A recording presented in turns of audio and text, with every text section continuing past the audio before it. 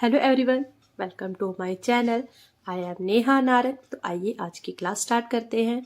आज जो है सीबीएसई बोर्ड के अनुसार क्लास 12 टर्म सेकेंड यूनिट भी सेकेंड, जिसमें आपका है संगीत परिजात ग्रंथ। ये जो यूनिट है आपकी 3 मार्क्स की रहेगी। जैसे कि आपको पता है हर यूनिट जो है आपके 3 नंबर की ही है और सेशन है 2021-22। तो लेक्चर स्टार्ट करने से पहले मैं आप सबसे रिक्वेस्ट करूंगी कि इस वीडियो को कंप्लीट देखें और चैनल को सब्सक्राइब नहीं किया हो तो चैनल को जरूर सब्सक्राइब करें। तो आइए स्टार्ट करते हैं। संगीत परिजात ग्रंथ जो है पंडित अहोबल ने लिखा था। ये दक्षिण भारत के रहने वाले थे। इनके पिता का नाम श्री कृष्ण था, जो कि संस्कृत के प्रकांड पंडित थे। संस्कृत और संगीत में प्रवीणता प्राप्त करने के बाद पंडित अहोबल जो है उत्तर भारत की ओर बढ़े और ये धनबड़ में रहने लगे। तो धनबड़ में ही सन 1650 ईस्वी में इन्होंने संगीत परिजात ग्रंथ की रचना की। ये ग्रंथ जो है मंगलाचरण से प्रारंभ होता है। इसके बाद जो है इसमें स्वर, ग्राम, मूर्छना आदि का वर्णन जो है इस ग्रंथ में किया गया। इस ग्रंथ में 122 रागों का वर्णन मिलता है। जिस स्वर समूह से राग प्रारंभ होता है, राग शुरू होता है, उसे उत्ग्रह कारक तान कहा जाता है। संगीत परिजात का फारसी अनुवाद भी किया गया, फारसी भाषा में अनुवाद किया गया, 1724 में किया गया और श्री दीनानाथ के द्वारा किया गया।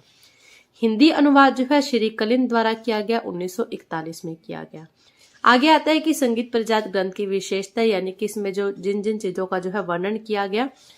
तो सबसे पहले बात करते हैं श्रुतियों की। तो पंडित अहोबल ने क्या किया, सभी विद्वानों की तरह ही इन्होंने भी श्रुतियों की संख्या 22 मानी।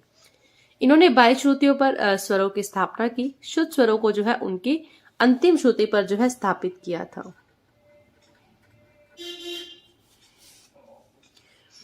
स्वर जो अपने आप ही सुनने वाले के चित्त को आकर्षित करते हैं, वे स्वर कहलाते हैं। इन्होंने स्वर के 2 प्रकार माने, 7 शुद्ध और 22 विकृत। इस प्रकार इन्होंने कुल 29 स्वर जो है माने। नेक्स्ट है श्रुति स्वर भेद, मतलब श्रुति और स्वर में क्या अंतर है। अहोबल श्रुति स्वर का भेद दर्शाते हुए बताते हैं कि श्रुतियां जो है आपकी वो होती हैं जो सुनी जा सकती हैं। श्रुति और स्वर में अंतर होना आवश्यक नहीं है, क्योंकि दोनों ही ध्वनियां जो है सुनी जा सकती हैं। ठीक है, तो स्वर और श्रुति में ज्यादा अंतर नहीं है, दोनों ही सुनी जा सकती है, दोनों ही आपकी ध्वनि है। और स्वर और श्रुति में इतना ही अंतर है जितना सांप और उसकी कुंडली में। जो ध्वनि राग में प्रयोग हो जाती है वो आपकी स्वर बन जाती है और जो प्रयोग नहीं होती वह राग यहाँ पर श्रुति आएगा।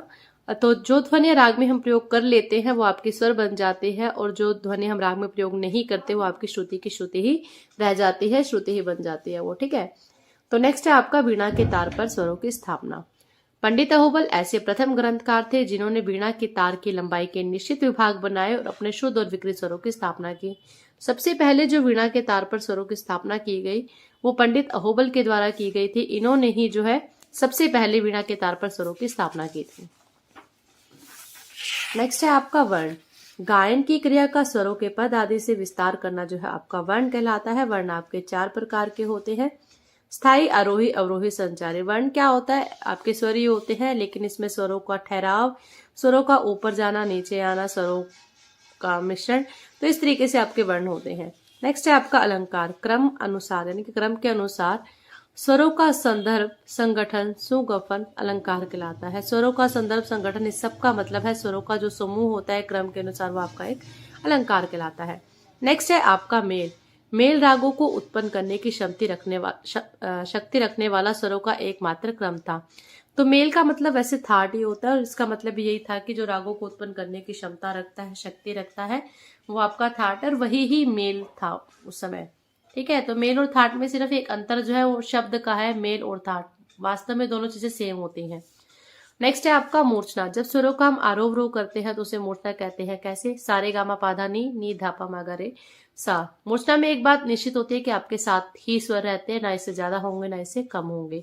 यह ग्राम पर आश्रित होती है। मूर्छना आपकी ग्राम पर आश्रित रहती है। 1 ग्राम से 7 मूर्छनाएं उत्पन्न होती हैं और टोटल आपके जो उस समय पंडित अहोबल के समय जो आपके 2 ही ग्राम प्रचलन में थे, षडज ग्राम और मध्यम ग्राम। और वास्तविक में आपके ग्राम जो थे 3 थे, षडज, मध्यम और गंधार।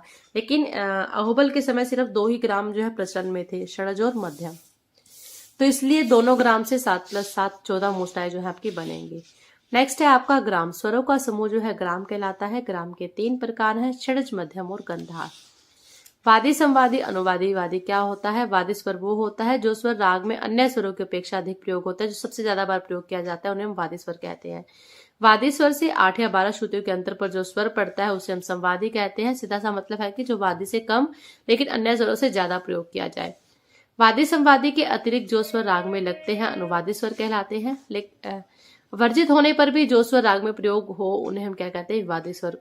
वर्जित का मतलब होता है जिस स्वर का हम राग में प्रयोग नहीं करें, लेकिन वो वर्जित है फिर भी हम उस राग स्वर का प्रयोग कर रहे हैं तो उसे हम विवादी स्वर कहते हैं। ऐसा क्यों किया जाता है?